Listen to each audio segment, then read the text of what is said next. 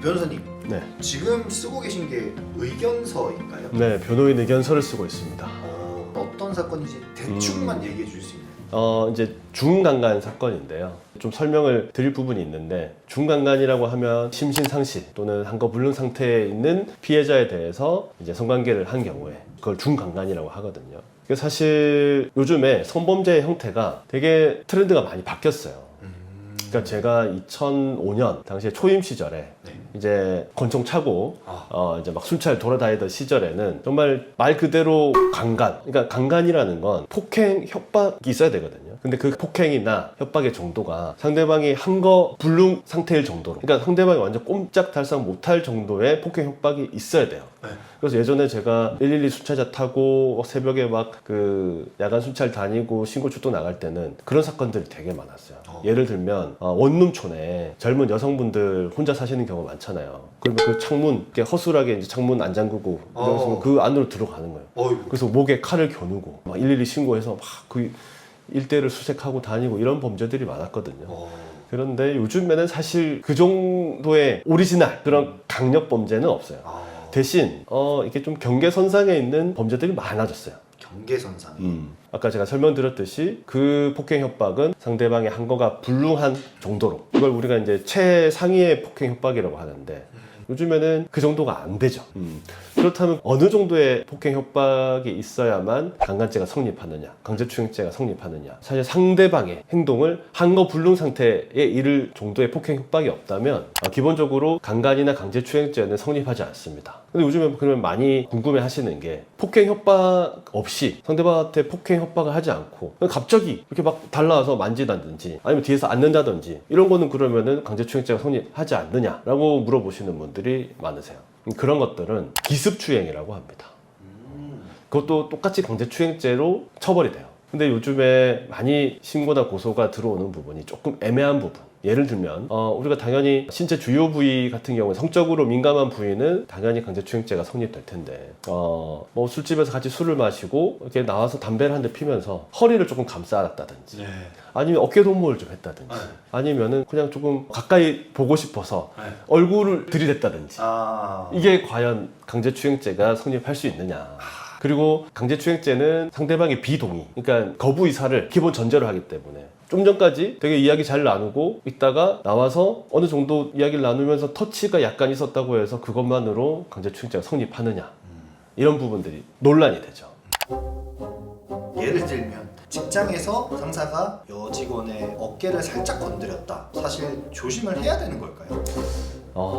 그게 이제 두 사람 간의 관계가 어떤지에 있어서 문제가 될 수 있는데, 사실 계속 거듭 설명드리지만 이건 성범죄거든요.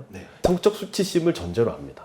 우리가 악수를 한다든지 어깨에 손을 올린다든지 이런 거는 어떻게 보면 사회적인 행위잖아요. 사회적인 행위. 그러니까 남성과 남성끼리도 할 수 있는 거고 남성과 여성 또 여성끼리도 할 수 있는 거죠.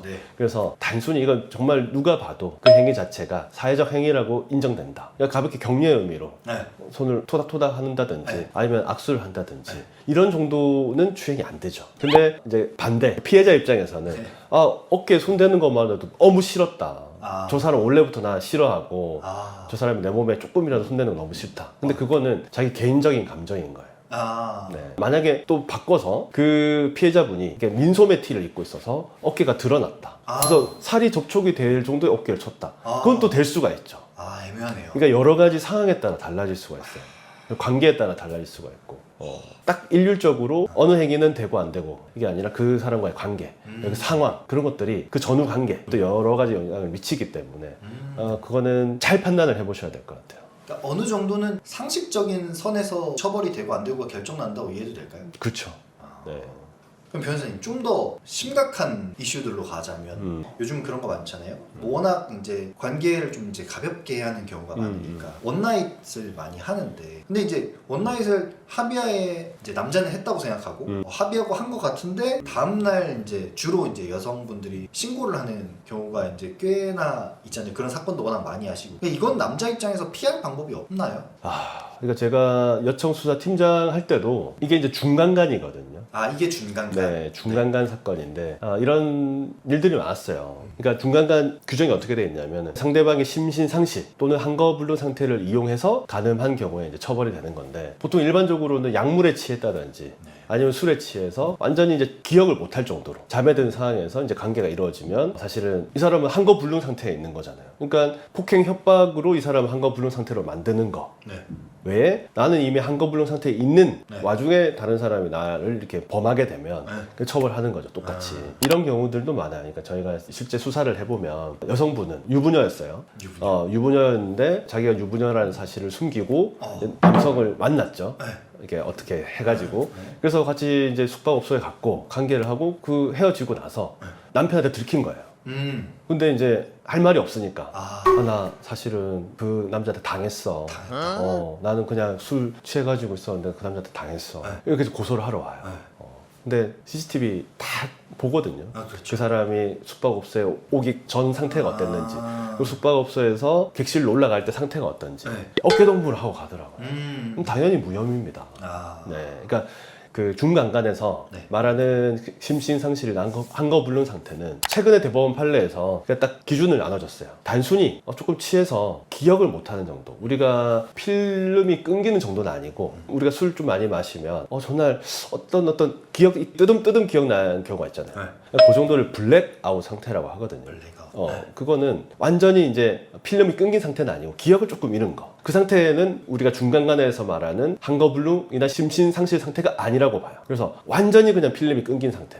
그거를 이제 패싱아웃이라고 하는데 친구들끼리 막 남자들 보통 술 많이 마시면 한 사람 거의 이제 술 취해가지고 저 구석에 이제 누워 있잖아요. 다음날 아예 기억 못하고 그 정도 상태가 돼야 이제 패싱아웃 상태라고 봐요. 그래서 사실 보통 이런 성관계가 이루어지는 거는 전혀 느낌이 없을 수는 없을 거예요. 어느 정도 의식이 있다면. 그래서 만약에 이제 성관계 있기 전에 대화를 나눴다든지 아니면은 어느 정도의 의식이 있고 상대방하고 소통이 있었다든지 이러면 패싱아웃 상태까지는 아니라고 보거든요. 그래서 충분히 그거는 중간간이 아니라고 볼 수 있어요. 그리고 가해자 입장에서도 상대방의 그런 한거불능 심신상실 상태를 이용해서 성관계를 한다는 고의가 있어야 되거든요. 근데 나는 이 사람하고 좀 전까지 대화도 나눴고 이 사람이 완전히 그 패싱아웃이라는 법적 개념은 모르겠지만 패싱아웃 상태가 아니었고 그냥 어느 정도 부끄러워서 약간 그러나 그렇게 약간 조금 저항까지는 아니고 그냥 왜 이래 정도였다면 지금 당장 좀 부끄러워서 그런가 보다 라고 해서 그 이후에 상황이 진행될 수도 있거든요. 그런 건 사실은 처벌하려고 중간간 규정이 있는 건 아니죠. 최근에는 이제 젊은 남녀끼리는 명확하게 허락을 받고 진행되는 것도 이상한 부분이니까 그래서 많이 거기서 논란이 발생해요. 녹음을 해놓으면 실제로 도움이 돼요? 사실 양 당사자 간의 대화 녹음은 처벌되지 않거든요. 합법적이거든요. 그러면은 그 행위가 이루어졌을 당시에 강제로 한 건지 아니면은 상대방의 뭐 어떤 호응이라든지 동의가 있었는지는 알 수가 있겠죠. 그래서 실질적으로 도움이 되긴 한데 그걸 참 매번 녹음을 해야 된다는 사실 자체가 좀 안타까운 현실이긴 하죠. 그렇죠. 네. 반대로 남자가 당했다라고 혹시나 케이스가 본 적이 있으신가요? 그거는 남성과 남성끼리 네, 발생하는 경우가 가끔씩 있습니다. 여성이 이제 강제를 했다는 경우는 드물고 그거는 정말 드문 없진 않은데 저도 한두 번 정도 있었던 것 같은데 거의 남성이 피해자인 경우는 가해자도 남성인 경우가 꽤나 많죠. 강제추행 같은 경우에는 보통 이렇게 현장 노동 하시는 곳에서 좀 많이 발생해요. 그러니까 좀 나이 많으신 분들이 좀 젊은 청년들한테 귀엽다, 아이고 젊네 하면서 실제 주요 부위를 많이 만지는 거예요. 그래서 실제 강제추행으로 고소되고 처벌받으시는 분들이 꽤나 있습니다. 제가 지금까지 형법상 강간 강제추행 그리고 중강간 중강제추행에 대해서 성립 요건이 어떤지 제가 설명을 드렸는데 사실 제가 처음 말씀드렸던 것처럼 정말 그 전통적 의미의 강간 강제추행 그러니까 폭행 협박으로 인해서 강간까지 이어지는 경우는 요즘 많이 없긴 합니다. 대신 요즘에 처음 만난 사람끼리 관계를 진행했는데 사실 동의를 얻지 않았다 내지는 잠에 취했었다 라는 사유로 고소나 신고가 많이 들어오는데요. 당연히 피해자 입장에서는 본인이 받은 피해에 대해서 상대방의 처벌이나 수사를 원하실 수 있지만 또 수사를 받는 입장에서는 사실 성범죄라는 게 정말 인생에 미치는 영향이 아주 크거든요. 그러니까 자기가 죄를 지었으면 당연히 처벌을 받아야 되겠지만 이게 무혐의 또는 무죄인 경우에는 사실 억울하게 신고를 당해서 수사를 받아야 되나 하는 억울함도 있을 겁니다. 그래서 혹시나 이 영상을 보시는 분들 중에 강간이나 강제추행 이런 성범죄로 수사를 받으시는 분들은 그 구별 기준에 대해서 제가 설명드린 부분들을 한번 참고하셔서 지금 내 상태가 어떤 상태이고 한번 다퉈볼 수 있겠구나 라고 한번 생각하시게 된다면 주변에 있는 변호사분들이나 법률 전문가한테 한번 상담을 받아보시는 것도